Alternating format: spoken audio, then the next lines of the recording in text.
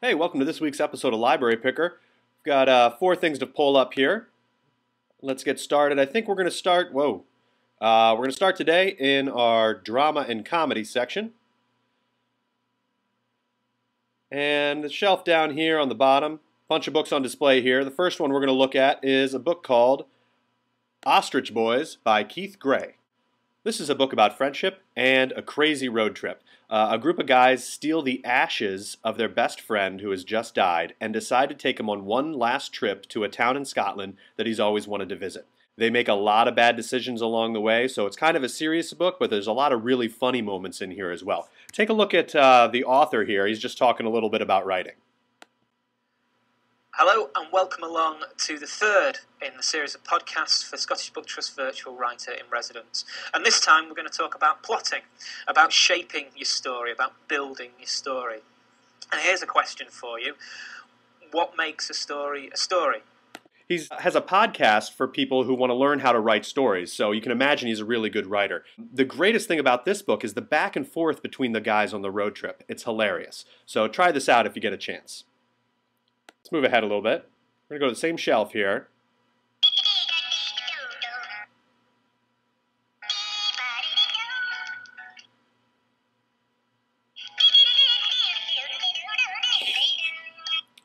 Wow, crazy hamster. This one is called Ghost Town by Richard Jennings, and here's a question for you.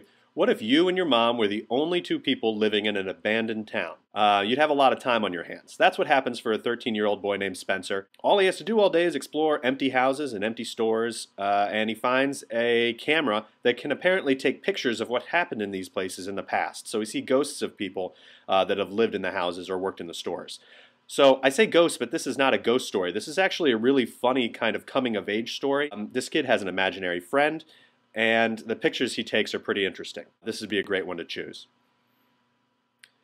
Let's move ahead over to the sci-fi and fantasy section, and here's a great one called MIRRORSCAPE. This one looks really great if you're into like fantasy adventures. I've wanted to read it for a while. It's about a young boy who is a really, really talented artist, but he's completely untrained. He likes to draw things like monsters and fantasy worlds, whatever pops into his imagination. So, when he takes an apprenticeship with a famous artist, he discovers that you can travel through paintings into an alternate world that are filled with the kind of monsters and crazy settings that he likes to draw. The book reviews for MIRRORSCAPE compare traveling through paintings in the book to traveling through paintings by Hieronymus Bosch. And if you're not familiar with Hieronymus Bosch, you might be if you study art in high school or college. Let's use Bing today because it's got a really cool background. And here's an example of some paintings and characters by Hieronymus Bosch. He's known for really crazy stuff and crazy characters and monsters. Here's one. I don't even know what that one is. Scroll down a little bit. There's a couple more over here. Very weird. This one actually scares me a little bit. So if you like that kind of fantasy adventure and you're interested in kind of crazy characters, this might be a good one to pick up. Let's move along to over to our dystopia shelf. There are a few great ones on this shelf that we're going to take a look at. In fact, we're going to look at 2 that are right next to each other. On the left, we have A Small Free Kiss in the Dark, and on the right, we have Neptune's Children.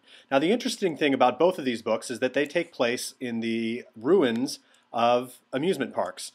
Let's look up the first one. Small Free Kiss. I'm just searching for the main words in the title. Let's look at the Follett title peak, which gives us reviews and summaries and stuff. So let's read part of the School Library Journal review. Here it is right here.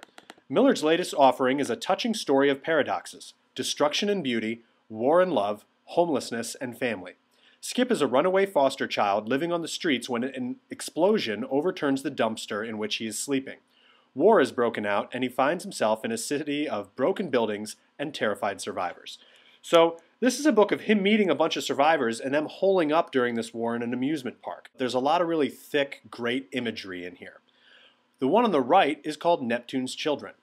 In this one, a bunch of kids are at an amusement park when there's some kind of biological terrorist attack, and there's like a virus or something that kills all the adults in the park, and they assume all over the world. This is their story of forming a society inside of the amusement park. So A Small Free Kiss in the Dark on the left is more character-driven, more drama. On the right, Neptune's Children, more of a action and suspense, but they're both set in abandoned amusement parks. So try these out, they sound really interesting. Let's move on, and we'll head over to the action and suspense area, but before we do that, let's take a look at this screen. On Fridays, we're going to start playing book trailers here, so take a look at the screen by the Grab and Go section if you're interested in seeing a bunch of book trailers playing on a loop.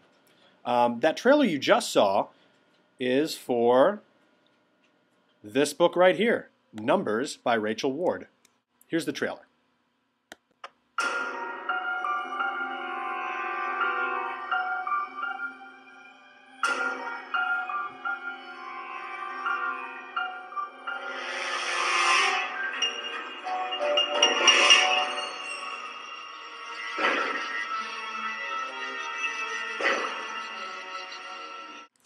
Looks pretty good. And that's it for this week's episode of Library Picker. Enjoy your 3-day weekend.